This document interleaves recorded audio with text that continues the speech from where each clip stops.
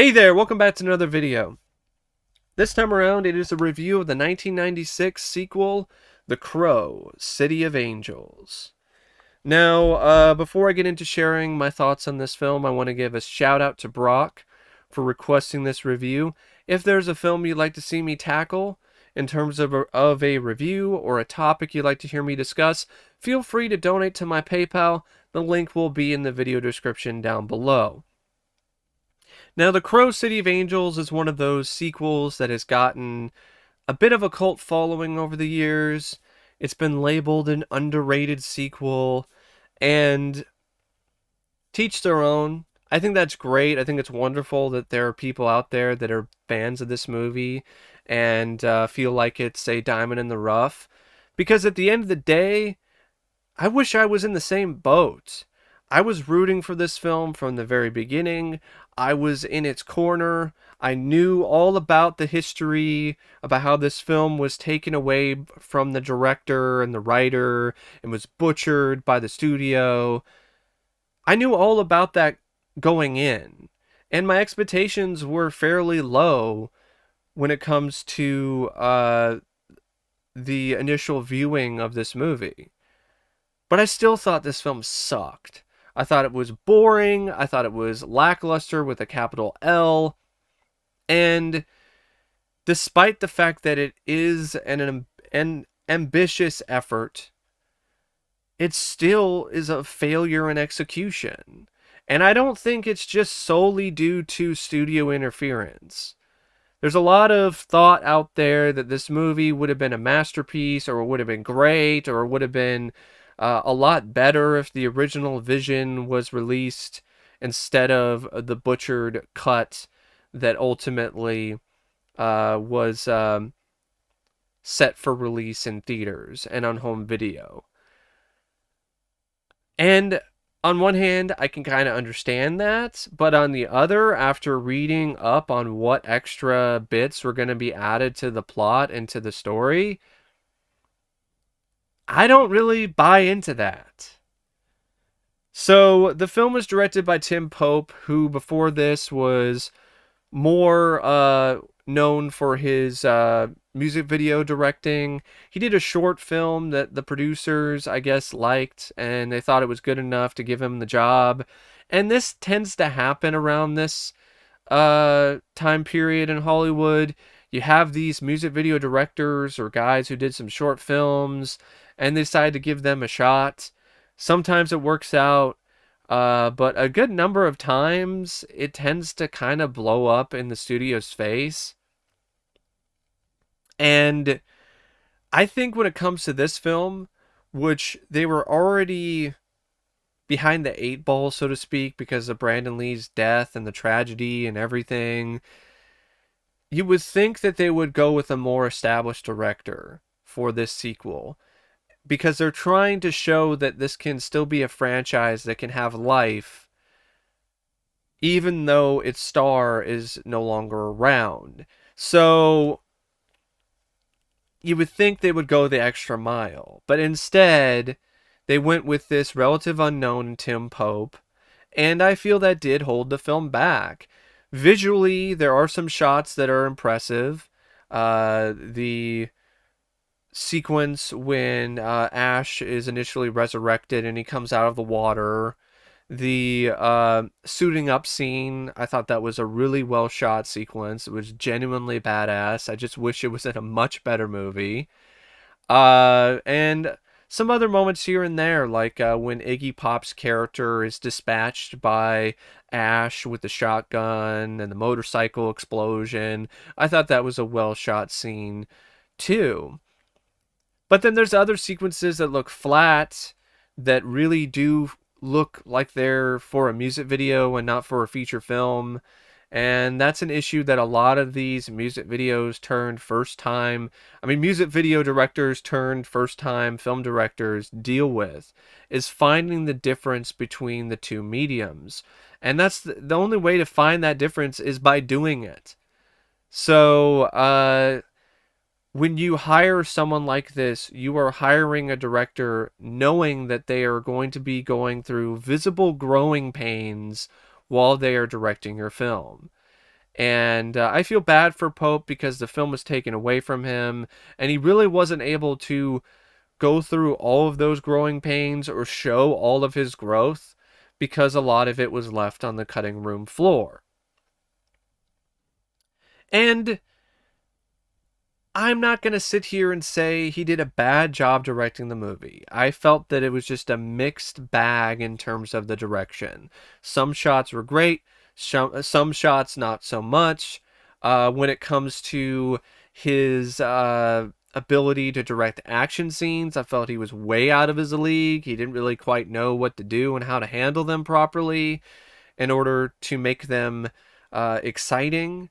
They really didn't have a lot of energy to them and didn't really provide a lot of adrenaline. And in a film that doesn't have that much action to begin with, that really does hurt this movie. And from what I've read, it doesn't seem like the extra stuff that was cut out was going to be more action scenes. And another fault that Tim has in terms of his directing ability is his ability to get the most from his cast. His ability to notice when an actor is delivering a line in a way that could use another take. And since he only has music video experience and experience with a short film, he really didn't know how to pick up on those instances where the actors were not delivering the best performance. He didn't know how to motivate them. He didn't know how to really get the best possible output from this cast. And that is painfully obvious when it comes to this movie. And I would say at the end of the day, the performance by this cast is probably the worst thing about this movie. And it's the main reason why I feel that even if the original vision of this movie was realized and it did come out in theaters, I still feel this film would have been bad because this cast is terrible. Vincent Perez has all the on-screen presence of a Pez dispenser. He was cast because he did a good job in some foreign film, and he was really popular overseas, and they thought that he would, I guess, bring in a European or a outside audience. That didn't work because the film didn't do that great financially in the U.S. or elsewhere. And sometimes you have actors who are really good and are actually great when they are working inside their comfort zone, when they are doing films in their native country or overseas, but they don't translate that well in America. And I feel that Vincent Perez is one of those actors. He came across as a poor man's Antonio Banderas, and also most of the time he was mumbling his dialogue. You couldn't understand what he was saying, and I just felt it was a really terrible performance. And he's the lead. And in the extended version of the film, he would have had more scenes. And I feel that would have hurt the film even more, because then you would be subjected to more of his awful acting. Yeah, he had no presence. He wasn't intimidating in the slightest. Half the time he portrayed the Crow as if it's a fucking party clown. It was completely unbelievable.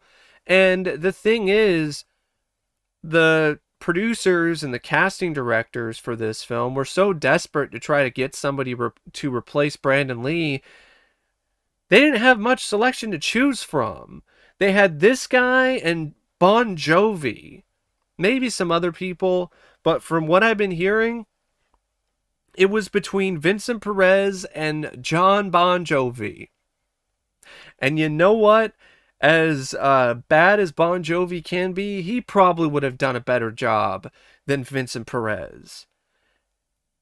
He just really did not do a good job. Scenes where he's supposed to be emotional and show grief came across as comical, like the one where he's like throwing a paper up in the air multiple times. Scenes where he's supposed to be a physical presence were laughable. There's a moment with the actress who played the Yellow Ranger in Power Rangers where he's supposed to be in a fight scene with her, and it's a really piss poor fight scene because it just looks like it's a dance routine, and the reason for that is because Perez doesn't know how to fight. So yeah, just a huge misfire when it comes to casting. And it doesn't stop there because the other actor or actress that has the most screen time, and Mia Kirshner, who plays Sarah, she's just as bad. She really came across as if she was a porcelain doll that was somehow brought to life and cast in this movie. Uh, Completely lifeless performance. She had no chemistry with Vincent Perez. So if they were to have more of a relationship, as the extended version of apparently was supposed to have, it would be incredibly difficult to watch because they have no chemistry.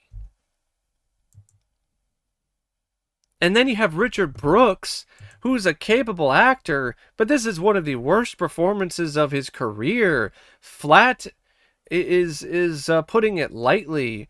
Uh, his performance was like a steamroller. There was nothing at all here in terms of life.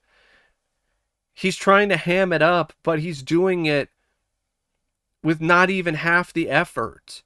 This is the kind of performance that a much better director would look at and be like, that's not going to cut it. He's supposed to be the main villain, and he's not intimidating either, and he just delivers his lines as if he's a concrete block. It's a terrible, just absolutely pathetic performance by Richard Brooks. And no, having extra scenes that give this character depth, that explain that he went to hell and he survived and he liked it, and that's why he's torturing so many people. He's torturing all these people because he wants to get a taste of that again. That doesn't make the performance any better. The performance still sucks and still would have sucked if you had that extra scene in there. Iggy Pop is the only actor I would probably say gave a shit or delivered the best performance. And I don't know why he wasn't the main villain. I have no idea why they chose Richard Brooks over Iggy Pop. He should have been the main villain, and the film would have been a little bit better as a result.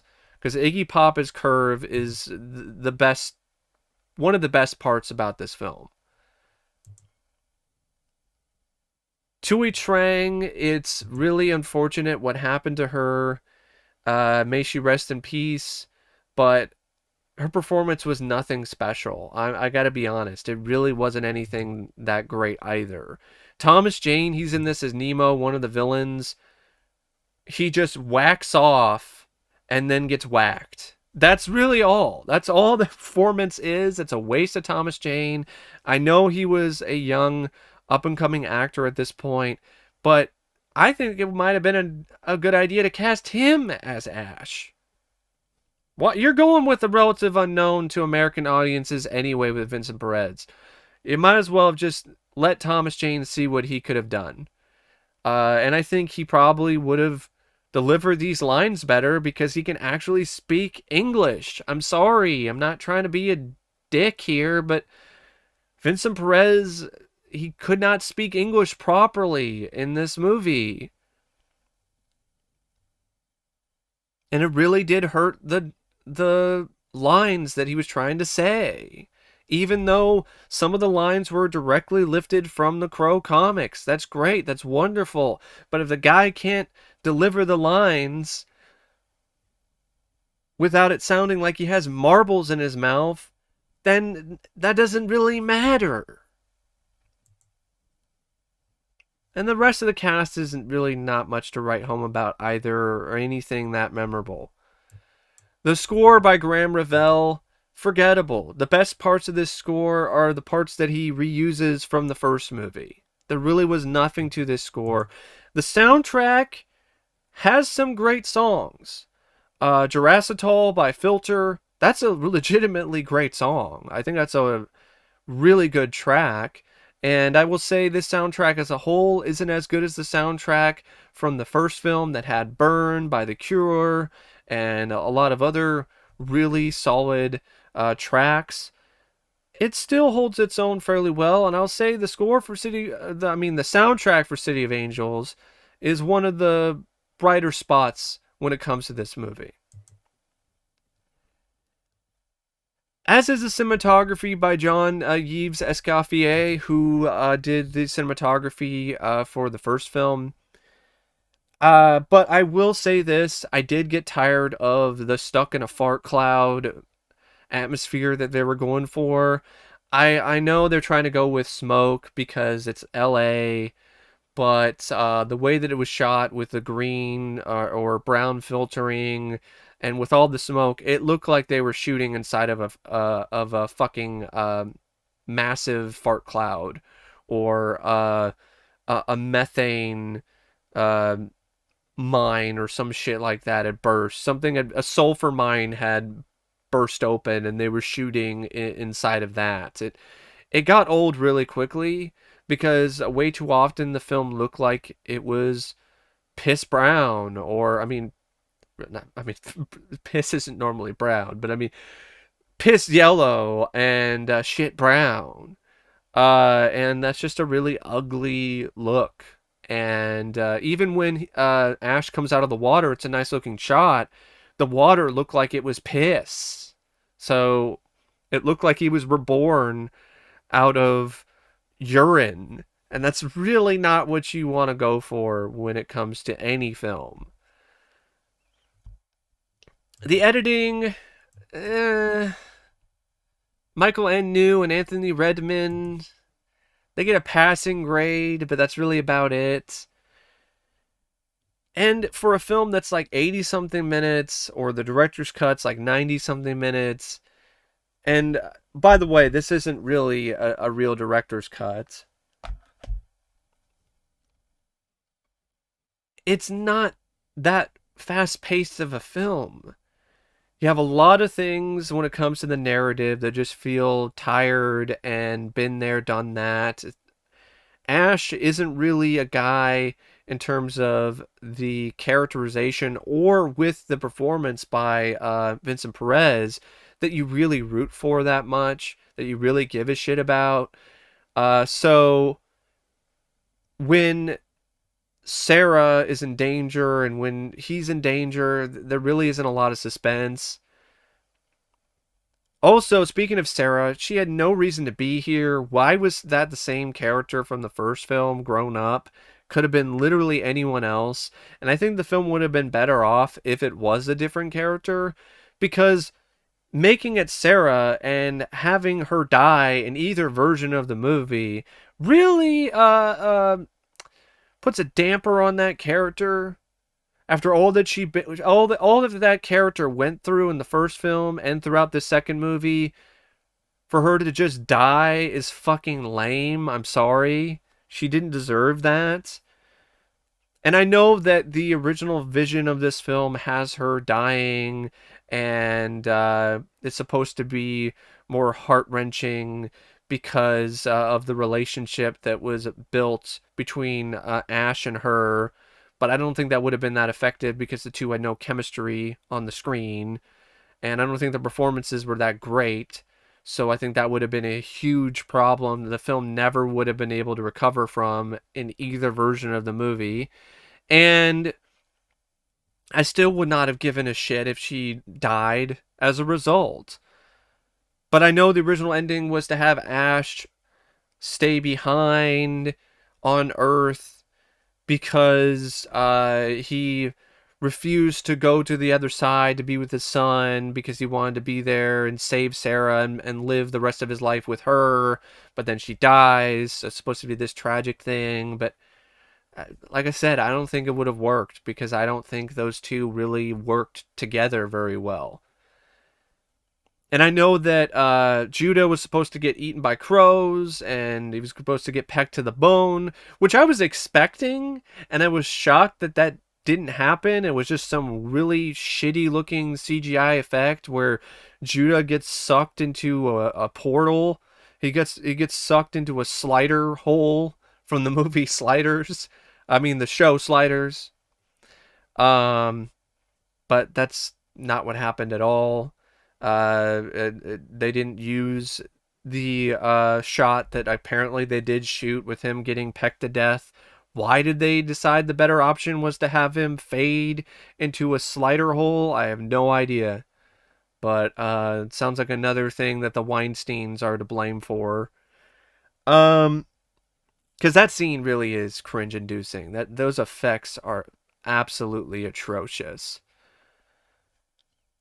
But I mean, the climax still would have been lame regardless. Okay, so he gets pecked to death by crows, but throughout most of the climax, Ash is still getting his ass handed to him and drug around the fucking town, getting the shit beaten out of him. It still would have sucked as a climax. It just would have had a better looking effect for the demise of Judah. And Judah still would have been a shitty villain because Richard Brooks still would have delivered a shitty performance. He just would have had more lines and more scenes to act like a block of concrete. So no, I don't think this is some misunderstood masterpiece or a film that all of its potential was erased because the studio came in and took it away from the filmmakers and the writers. The movie still would have sucked. It still would have been bad. That being said, I would have liked to have seen the original vision regardless, because it's always unfortunate when a film is taken away from somebody and a studio comes in and tries to just destroy their vision. I think that's unacceptable every single time, and it is a shame that the film was taken away from Pope and Goyer. But regardless, because of the cast and how awful most of their performances were, this film really was fucked from the very beginning. And also the fact that it's just the same plot as the first movie. It's an inescapable fact that any version of this film would have had an issue getting past, but if you had a more engaging plot line, with a better villain, with more exciting action sequences. I get why they didn't have that much gunplay because of what happened to Brandon Lee. That being said, why not hire somebody who can fight? Why not give Mark Dacascos the shot? He wound up playing the Crow in the TV show. Why not give him the shot early? Because Dacascos, at least he can fight. Perez can't fight worth a shit. So if you had Dacascos in the cast, you could have somebody who could be not only a believable physical threat as the Crow, but could also fight. So you could have more fight scenes in the place of gunplay. But no! Instead, let's cast a guy who can't fight, and we're not going to have that much shooting to make up for the fact that he can't fight because of what happened to Brandon Lee. So either the studio thought that they could cast anybody in the role of the Crow and still make it work and the franchise would still be successful, or they completely overrated what Perez was capable of. I don't know what the case ultimately was, but in the end, it caused the film to be a failure. An interesting failure, but a failure nonetheless. So, yeah, I really don't know what else to say about The Crow, City of Angels, except I would recommend people check it out just for the visuals, just to see the ambition behind it, especially if you're curious about the movie, because there's a lot of people who are fans of this film, and who knows, you might wind up joining the ranks. So I don't want people to just skip the film entirely because of my thoughts on the movie. But yeah, I'm not a fan of this film. I don't think it really is a spectacular sequel in any capacity. And I don't think that the original vision would have been spectacular either. But anyway, that's my review of The Crow, City of Angels. And as always, thanks for watching my review. See ya.